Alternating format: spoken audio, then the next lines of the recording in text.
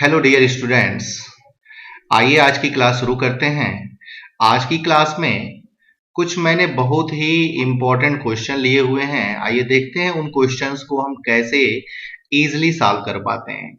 Okay, तो first question है हमारा, integrate z cube minus 1 to the power minus 2 the counter clockwise sense around the circle mod z minus 1 is equal to 1। Okay, तो ये जो दिया हुआ है z cube minus 1 to the power minus 2, इसको हम लिख सकते हैं 1 अपॉन z क्यूब माइनस 1 का होल स्क्वायर। ओके, तो डिनोमिनेटर को हम जीरो करेंगे। डिनोमिनेटर को जीरो करते ही हमको सिंगुलर पॉइंट मिल जाएगा। मतलब singularity of the integrand are given by z cube minus 1 का whole square is equal to 0। तो ये a क्यूब, अंदर देखें तो अगर आप a cube minus b cube लिखा हुआ है, तो a cube minus b cube का फॉर्मूला क्या होता है, a माइनस बी, फिर दूसरे ब्रैकेट में a square plus a b plus b square. ठीक है, और यहाँ पे स्क्वायर लिखा हुआ है तो दोनों पे स्क्वायर हो जाएगा। तो z पहला बन गया हमारा z माइनस 1 का होल स्क्वायर और दूसरा z square plus z plus 1 का whole square, and this is equal to 0। तो यहां से अगर हम देखें तो z इज इक्वल टू 1, एक सिंगुलर पॉइंट मिल गया। और इसको अगर आप इसके अंदर जब आप सॉल्व करते हैं ना, तो ये आ जाएगा z की वैल्यू क्या आ जाएगी, minus 1 plus minus iota root 3 by 2। Okay, तो 2 टाइम्स ये भी आएगा और 2 टाइम्स ये भी आएगा। ठीक है, ओके। अब देखो यहां पे हमें करना क्या है, सबसे पहले ये जो सर्कल दिया हुआ है ना, इस सर्कल को आप ड्रा कर लीजिए। ठीक है, अगर हम सर्कल को अगर ड्रा करते हैं तो इसका सेंटर कितना है, सेंटर जो है वो हमारा 1 कामा 0 और रेडियस कितना है 1। तो सेंटर ये हो गया 1 कामा 0 और रेडियस 1 का, अगर हम सर्कल ये ड्रा करते हैं। ठीक है, अब इस सर्कल में हमें ये देखना है कि जो हमारे पास ये 3 सिंगुलर पॉइंट्स यहां मिली हुई हैं, इन तीनों सिंगुलर पॉइंट्स में कौन कौन सा सिंगुलर पॉइंट इसके अंदर लाई करेगा। अगर सिर्फ एक सिंगुलर पॉइंट अगर लाई करता है इसके अंदर तो हमारा इंटीग्रल 1 बनेगा। अगर 2 लाई करता तो 2 इंटीग्रल बनता। ठीक है, अगर 3 लाई करता तो 3 इंटीग्रल बनता। ठीक है, तो यहां पे अगर हम देखें तो z इज इक्वल टू 1, ये तो हमारा सेंटर ही है, तो बड़ी सीधी सी बात है कि इस सर्कल के अंदर ये z इज इक्वल टू 1 है।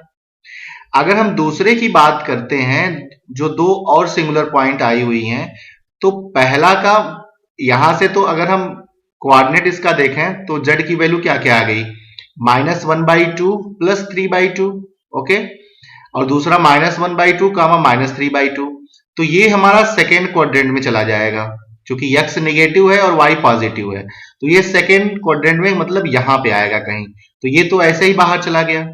अगर हम तीसरे की बात करते हैं, माइनस 1/2 एंड माइनस 3/2, तो ये हमारा थर्ड क्वाड्रेंट में चला जाएगा यहां पे, तो ये भी बाहर हो गया। मतलब कि ये जो सिंगुलर पॉइंट है ये हमारा सर्कल में ना होकर के ये सर्कल से बाहर है।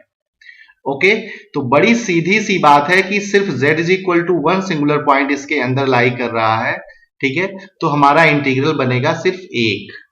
ओके, तो this circle mod z minus 1 is equal to 1 है centre at z is equal to 1 and radius 1। Clearly only z is equal to 1 lies inside the circle mod z minus 1 is equal to 1. Okay, अब मैंने आपको एक formula derive करवाया था पिछले lecture में।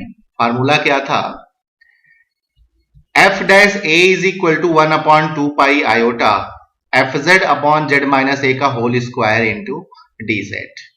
ठीक है, तो जहां पे ये a जो होता है ना, ये हमारा एक सिंगुलर पॉइंट होता है जो सर्कल के अंदर लाई करता है। तो यहां पे a की वैल्यू कितनी है, 1। ठीक है, तो हम z माइनस 1 को, z माइनस 1 के होल स्क्वायर को डिनोमिनेटर में रखेंगे। बाकी जितनी भी टर्म बचेंगी उन सारे टर्म को हम कहां करेंगे, न्यूमरेटर में रख देंगे। ठीक है, तो ये z क्यूब माइनस 1 का होल स्क्वायर था, इसे जब हम ब्रेक किए थे तो ये आएगा 1 अपॉन या dz अपॉन z माइनस 1 का होल स्क्वायर, फिर दूसरे ब्रैकेट में z square plus z plus 1 का होल स्क्वायर। ठीक है, तो z माइनस 1 के होल स्क्वायर को हम डिनोमिनेटर में रखेंगे और z square plus z plus 1 के होल स्क्वायर को न्यूमरेटर में रखेंगे। तो 1 upon z square plus z plus 1 का होल स्क्वायर हो जाएगा। मतलब ये जो बना ना, ये हमारा f ऑफ z बन गया। तो f of z upon z minus a का होल स्क्वायर के टाइप का ये बन गया। तो ये फार्मूला हम इजिली अप्लाई कर सकते हैं, ठीक है। तो ये यहां से देखो कहा गया एफ डैश ए, मतलब कि एफ जेड का फर्स्ट डेरिवेटिव करना है और फिर उस जेड की जगह पे ए को हमको पुट करना है, और यहां पे ए की वैल्यू कितनी है, 1 है, ठीक है बात। तो देखो 2 पाई आयोटा अपॉन फैक्टोरियल 1 कर सकते हैं, इसे कोई दिक्कत नहीं है, ठीक है।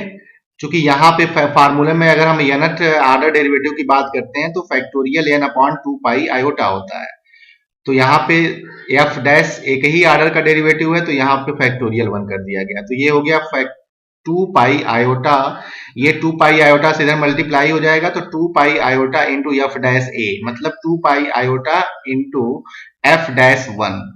तो एफ जेड को एक बार आप डिफरेंशिएट करिए, डिफरेंशिएट करने के बाद जेड की जगह पे 1 जब आप पुट करेंगे तो उस केस में आंसर आ जाएगा -4 पाई iota by 9।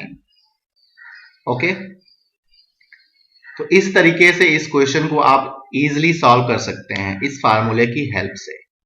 Okay, thank you for watching this video.